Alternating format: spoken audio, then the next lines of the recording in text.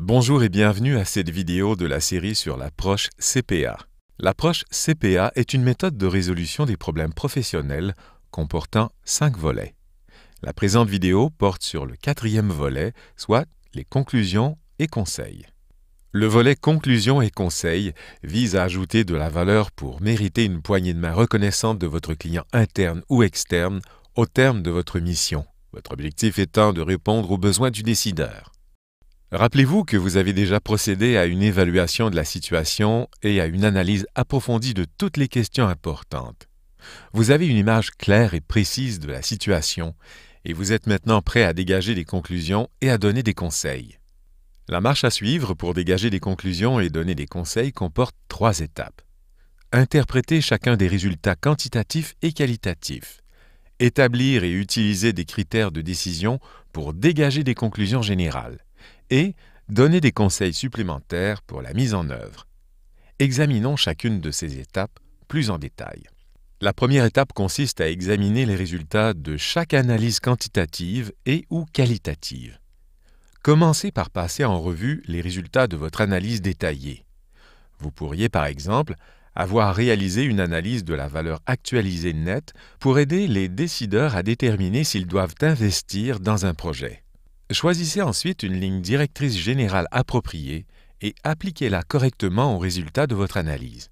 En général, on peut supposer que les décideurs veulent maximiser la valeur actualisée des flux de trésorerie futurs attendus. Une VAN positive viendra donc appuyer une décision d'investir dans un projet. Si 2 projets présentant une VAN positive sont proposés, ils peuvent être classés selon l'importance de la VAN ou en fonction d'une comparaison entre la VAN et l'investissement initial. Ne limitez pas votre interprétation à une conclusion générale. Recherchez aussi les incidences possibles et considérez les autres aspects. Déterminez, par exemple, si l'entreprise dispose déjà d'un plan de financement ou s'il faudra en élaborer un.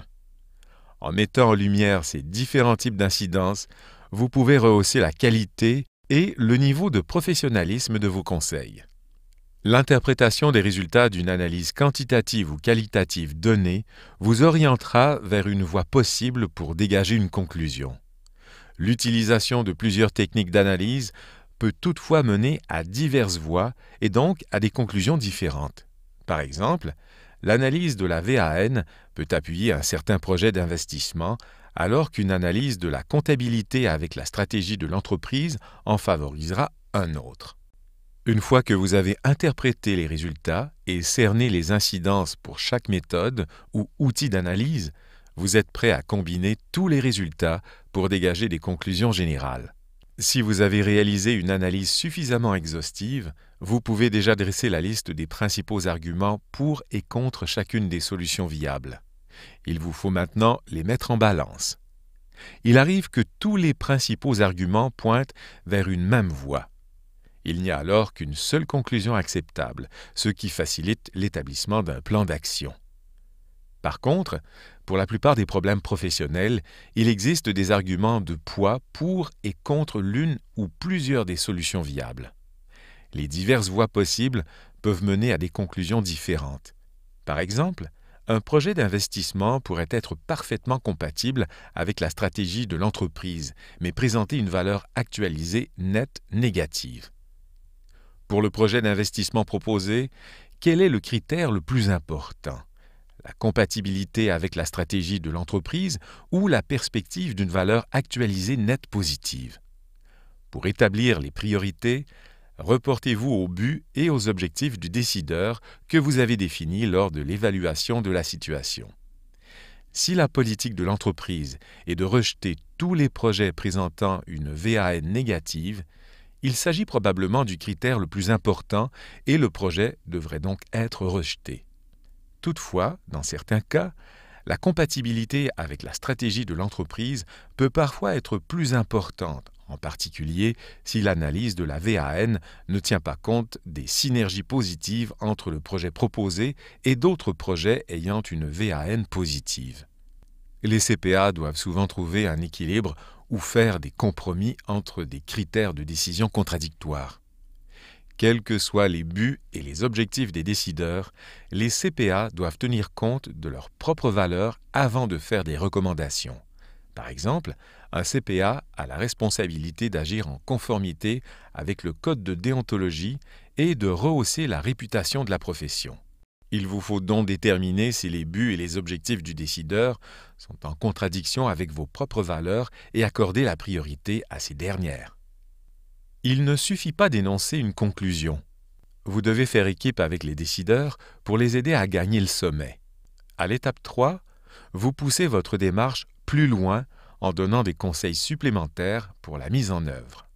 C'est à cette étape que vous créez encore plus de valeur ajoutée et augmentez les chances que vos clients internes ou externes atteignent réellement leur objectif.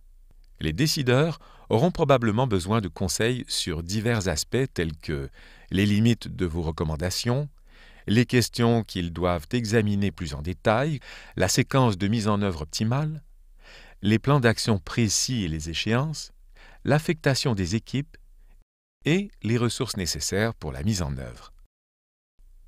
Par exemple, la mise en place réussie d'un nouvel établissement exige une planification considérable. Une analyse de sensibilité pourrait également avoir révélé que la rentabilité du projet dépend fortement d'une ou deux hypothèses clés. Vous devez porter cette sensibilité à l'attention des décideurs et leur donner des conseils quant à la manière de faire face à ce risque.